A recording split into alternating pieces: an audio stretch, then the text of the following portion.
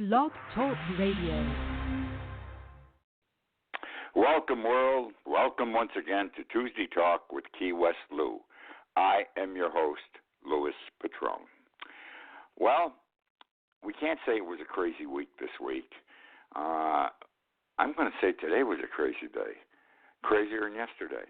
And yesterday was crazier than the day before, etc. It's these hearings, and it's how these hearings are being handled by the Republicans. I'm sorry, I got to call it that way. It's the way I see it. Not everyone agrees with me, but I've got to call it that way. This is getting scary. This is getting out of hand. People are being intimidated.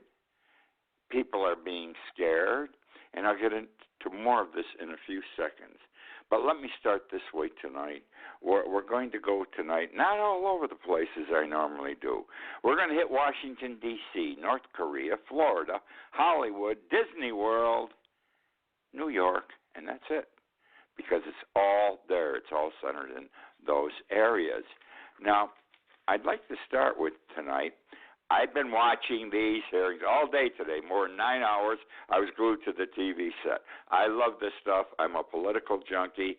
I like truth. I like to observe people, if they're telling the truth, which way they're moving, and so forth. So let me start with this. I spent 46 years of my life in the courtroom. I was a trial attorney. I know truth. When I see it, when I smell it, when I sense it. I could always tell, based on my 46 years in the courtroom, who was lying, and you know it. You know it right away. It becomes an intrinsic thing within your body. You know, and you know you got to go after him, and you go after him. And you generally could take the liar down. Today I saw two men lie all day.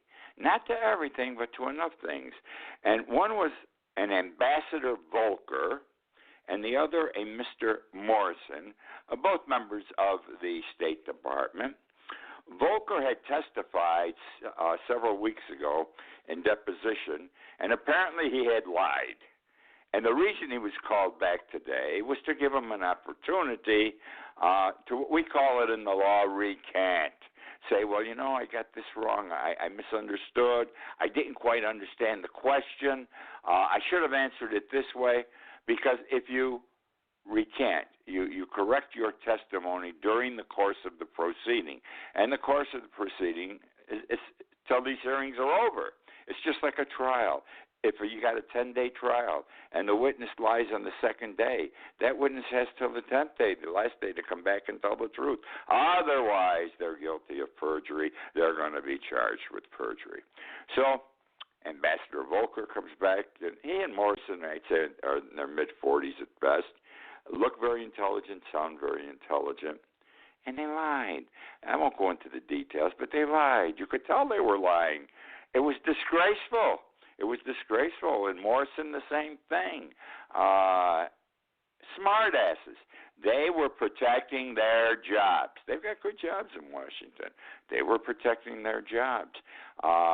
They didn't care about truth. They're protecting their jobs because they don't want to lose their jobs. And they're gambling that Trump's going to be reelected. You know, I have to put things this way. We have very few people left today, very few people in this world, that are like George Washington. I know this is basic, but it's true. Listen, you know, remember he went to his mother, and he says, "Mother, I cannot tell a lie. I chopped down the cherry tree." These guys were chopping down the cherry tree all over the place today. The Republican members of the committee were smiling. Look what you're hearing. Disgraceful. Now, let's go another step further. Witnesses are being intimidated. Witnesses are being scared. You recall, what the hell was her name? I've got a mental block. But Marie something, she was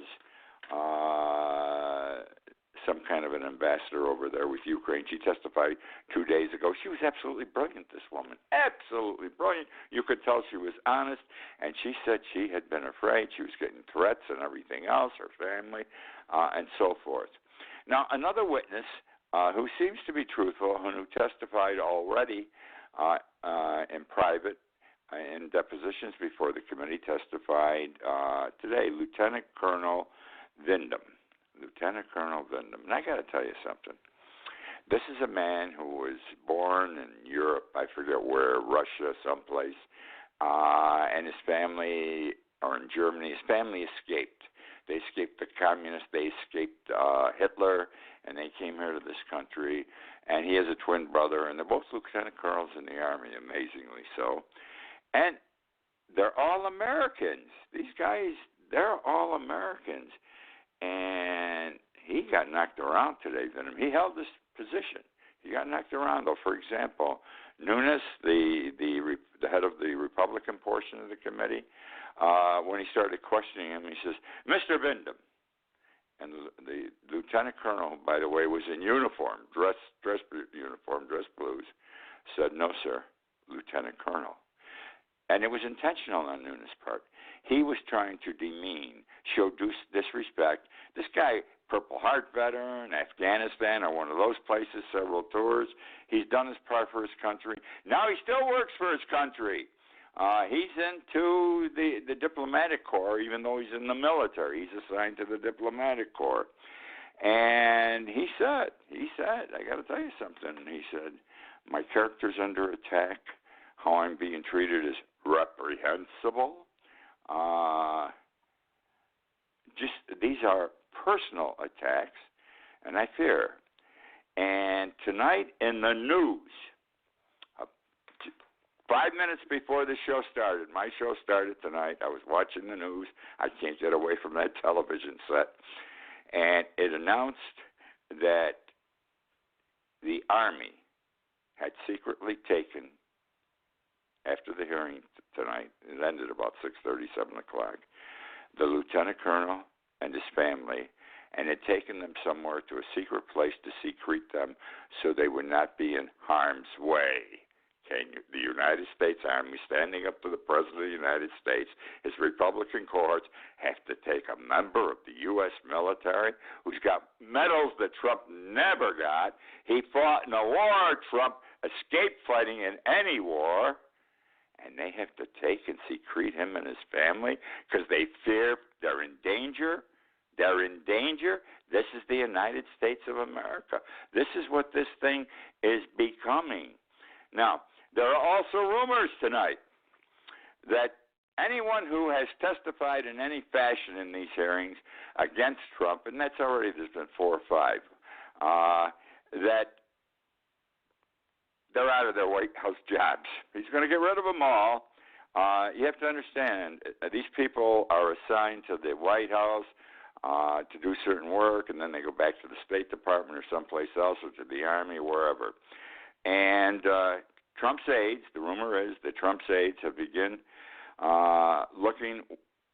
moving these people out of White House jobs back to agency jobs. In other words, they're going to lose their great jobs. These are the people, though, that have been out there telling the truth. They aren't the big shots. They're the subordinates who support the big shots in our governmental agencies, the ones who have been standing up to Trump the last couple of weeks, the ones that have been telling the truth and nothing but the truth, okay? And they're going to be reduced. And he especially wants, this is what was announced 3 hours ago. What I told you about the Army having to move him to a secret place was announced 5 minutes ago, 10 minutes ago. But it was announced earlier that Trump wants people like Lieutenant Colonel Vindham and Ambassador Bill Taylor, who did a magnificent job 2 days ago in testifying, be dismissed, thrown out of the Army, thrown out of being an ambassador, thrown out of his civil service job, Taylor, okay? He wants them fired. That's retaliation. Nothing less than retaliation. Is this how we punish people who do the right thing in this country? Retaliatory conduct directed by the President of the United States. Which now brings me to some other issues here. Let's see. I want to talk about North Korea. Kim Jong-Un. Now, you got to remember, Kim and Trump, they're in love with each other. They write love letters to each other. They're, excuse the way I'm going to put it, they're asshole buddies. Boy, two guys never liked each other more. The only trouble is, Kim gets away with murder. Trump gives him a lot and doesn't do anything in return, get us anything. And when Kim does something wrong, he doesn't slap him around a little bit as he's supposed to, diplomatically. Okay? He has an excuse for the guy all the time. He's my friend. I understand him. We love each other. That love, you can shove it someplace. You understand? Now, South Korea and the United States every year have military exercises on land and on sea. Every year they train together in the event North Korea does the bad thing and drops a missile or a bomb or invades South Korea. And Trump has been he's been canceling and putting off the military exercises, saying we don't need these anymore. Kim Jong-Un is my friend. He is the friend of the United States. Understand and recognize, my friends, today he is the world's greatest killer. He has killed more people than even Adolf Hitler. With the 6 million Jews he put away, this guy's put away more people. He has camps, concentration-type camps, where they're in there by the thousands, the hundreds of thousands. If you are in North Korea and you do something the government doesn't like, you're going to be arrested. You're going to be put in jail. Your entire immediate family, your wife and children are going to go to jail with you, too. These are these camps I was telling you about. And your parents, your senior citizen family, are going to go to jail, too, with you. And those that are related to you but of another generation, they're going to go to the same concentration camp, because it's always been the feeling of Kim Jong-un's father as well as himself that if you got one person in a family that did you wrong, you got to get all of them. And because somebody in that family may want to get you up or down age-wise, so you put them all in jail. Now, this is the guy we're dealing with over. This is the guy that Trump loves, and this is his friend, you know. So it was announced this morning that as a gesture of goodwill, the Secretary of Defense, Esper, all right, he announced, as a gesture of goodwill, we were not going to have the joint military exercise. This is like the third or fourth time in the last several months it's been canceled because we don't need it. And I assume that Trump thought he was appeasing Kim Jong-un, rather. Now, understand, since the last time we canceled one of these military exercises several months ago, North Korea has shot more than 40 missiles out there on a test basis, missiles that could handle nuclear warheads. We haven't done anything. The South Koreans haven't done anything. Now Trump kisses his ass by saying, oh, we're not going to have the military exercises. Don't want to upset you. You and I are going to sit down and talk at some point anyhow. Well, Kim Jong-un comes back with this comment after it's announced to him that the military exercises are over. Trump blinked. Trump capitulated. He's your friend. We're in love with each other. And you know what he says? Kim Jong-un? He says, that's not enough. You have to do more, Trump. That's not enough. We've got to negotiate over deregulation, because we got regulations against them up the ass. We got to have that thing resolved, and you've got to stop doing some what we consider hostile things. North Korea thinks that what South Korea and or the United States is doing to them is hostile. And until we do this, we're not going to stop with the missiles. We're not going to stop with anything, because just canceling the military exercise was not an act of good faith, and we're waiting to see that you do exercise that act of good faith. Want to talk about Donald Trump's hospital visit? When did he go? Saturday. Today's Tuesday. Any other president goes to the hospital, especially quick, and nobody knows it at first. It's world news. The leader of the apparently a purported strongest country in the world is in the hospital. He's sick with something. They had to rush him in an ambulance. No one knew he was going. And he spent 2 hours at Walter Reed Hospital. Then they discharged him, and he went back to the White House. He hasn't been out of the White House. He has not been seen since Saturday. Okay? So something's got to be wrong. Now, he only spent 2 hours, so I'm assuming he probably had chest pains. And that's understandable. Don't forget, the walls are closing in. The noose is getting tighter. I don't understand how he can handle the stress he's under. It will give anyone chest pains. Now, I've got heart problems. I've had them for 20 years. If you recall, if you read my blog every day, I was in the hospital a couple of weeks ago because I had chest pains. I woke up 2:30 in the morning, the worst chest pains I've ever had. And fortunately, they didn't know what was wrong. By the time I hit the hospital, I didn't have chest pains. I felt good. And they kept me 7 hours, though, and they sent me home because they didn't service me as swiftly as they serviced the president. But what they probably did to him could be done in 2 hours because he's the president. They're going to do blood work. They're going to test his urine. They're going to give him an EKG, and they're going to give him a chest X-ray. And after those four things, and it took less than 2 hours if you do boom, boom, boom, and he gets that kind of attention, it wasn't your heart. We don't know why. Probably stress. This is what Lewis is saying. We don't know what really happened to him.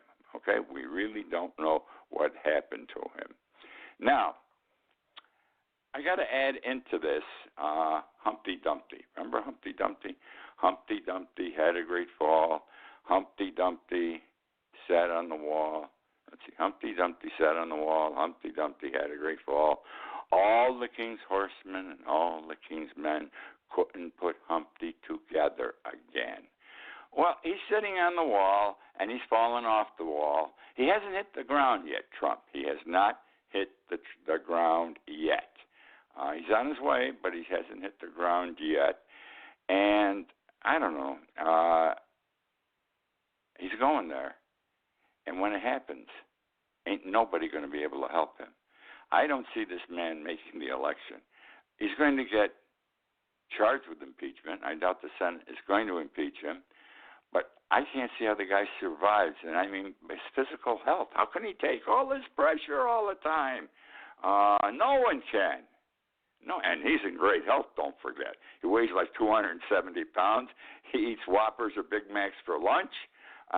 And when he flies on Air Force One, which has the greatest cooks in the world, he brings Kentucky Fried Chicken on the plane for his trips.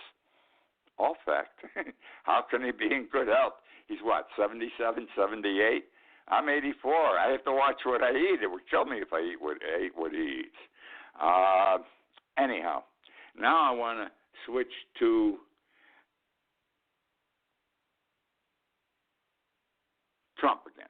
He came up with another idea. If you recall, 2 or 3 days ago, he said, they want me to testify at the Congressional Committee. He says, I think I'm able to. I would like to testify, or maybe I'll just give them answers in writing to whatever questions they want to give me. Bullshit. Don't hold your breath. He said this before. He isn't going to do it. He could never submit to an oral examination. His own mouth would kill him within 5 minutes. Look what he says on the tweets. It just isn't going to happen, and he's BSing the American people. Also, he has a problem. He says something today, and then tomorrow he changes, or 2 weeks or 3 weeks from now he changes. Now, e-cigarettes have come out. Flavored e-cigarettes, bad. People are dying from flavored e-cigarettes, okay? He banned. he said, I am banning e-cigarettes that are flavored. They are a danger to the health of the people. And on November 4th, he was supposed to sign an order or a declaration saying they are henceforth banned. the flavored ones that were causing people to die. Well, it didn't happen on November 4th. It hasn't happened yet, and it's not going to happen now because Trump's changing his mind, they said. And the reason he's changing his mind is because his political supporters and his White House staff had told him, you're going to alienate the people in those states you need who support flavored e-cigarettes. And for that reason, he's going to keep those cigarettes out there. He's not going to prohibit them. And what is it? He's more interested in winning an election than saving the health of the people he has sworn to protect. Now I want to go to a real beauty here. Michael Pompeo, Secretary of State. I didn't like him when he was a congressman. And I will tell you this because I follow these things closely. Most congressmen didn't like Mike Pompeo. He was just something about the guy. Now, he's got a lot of characteristics of Donald Trump. That's why they get along so well, I think. He is a total failure as far as working with and protecting the State Department employees. He's got 100,000 employees in the State Department. He isn't protecting them. Look how they're getting knocked by the president and the Republicans and everything else. And he's not standing up for them. He's not speaking out. Now, Tom Friedman is one of the greatest columnists in the world. He's with the New York Times. You know his name. I don't have to tell you about him. He wrote a column in the Times yesterday. He referred to Pompeo and I quote, as cowardly, and I quote again, self-serving. Understand, Pompeo is a smart guy. He was first in his class at West Point. That in and of itself was impressive. He was cum laude, Harvard Law he graduated. The fact that he was first in his class is impressive at West Point, but he's probably true to his academic classes, but those classes that he took, and this is what Friedman said, he must have flunked all his courses on ethics and leadership because he fails to look out for his soldiers in the State Department. Friedman further went on to say, boy, he nailed them. I got to tell you something. He would not want to be in a trench with Pompeo. Remember, when you're in the service, they always say when you're in there fighting or, you got to take that hill or you're in the trench with a fellow soldier of yours, watch your own backs because Pompeo won't. And that was the warning to the people in the State Department, watch your own backs. Pompeo won't. Okay, which now brings me to, hold on a second here.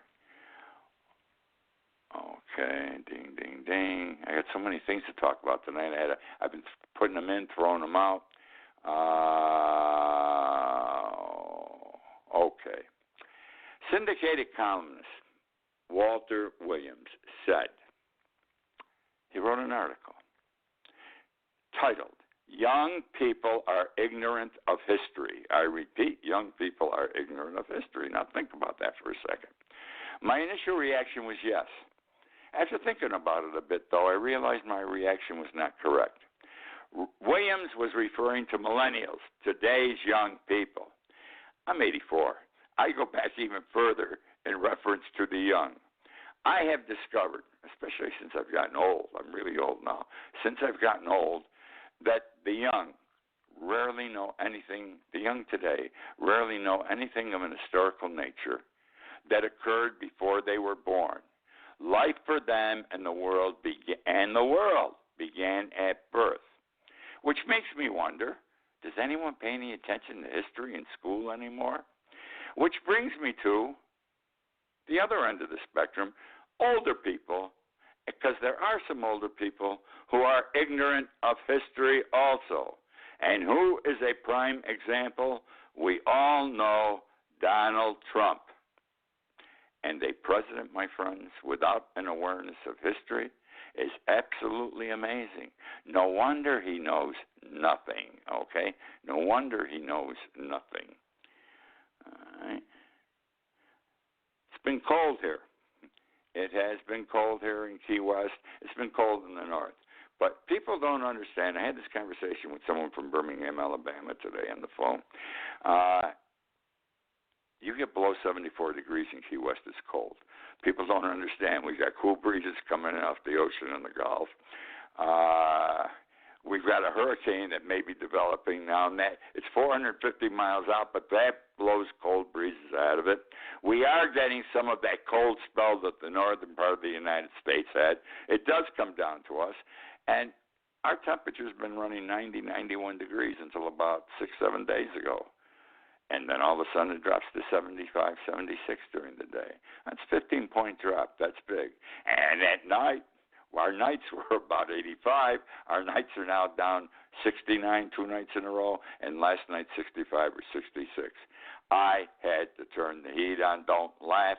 That's cold here. Fortunately, our air conditioners, you just flip a button and you got hot air, or you freeze your ass off. Cold, cold. Cold, cold, cold. I want to talk to you about a very famous American. You've heard of him. I've heard of him. His name is Mickey Mouse. Mickey Mouse.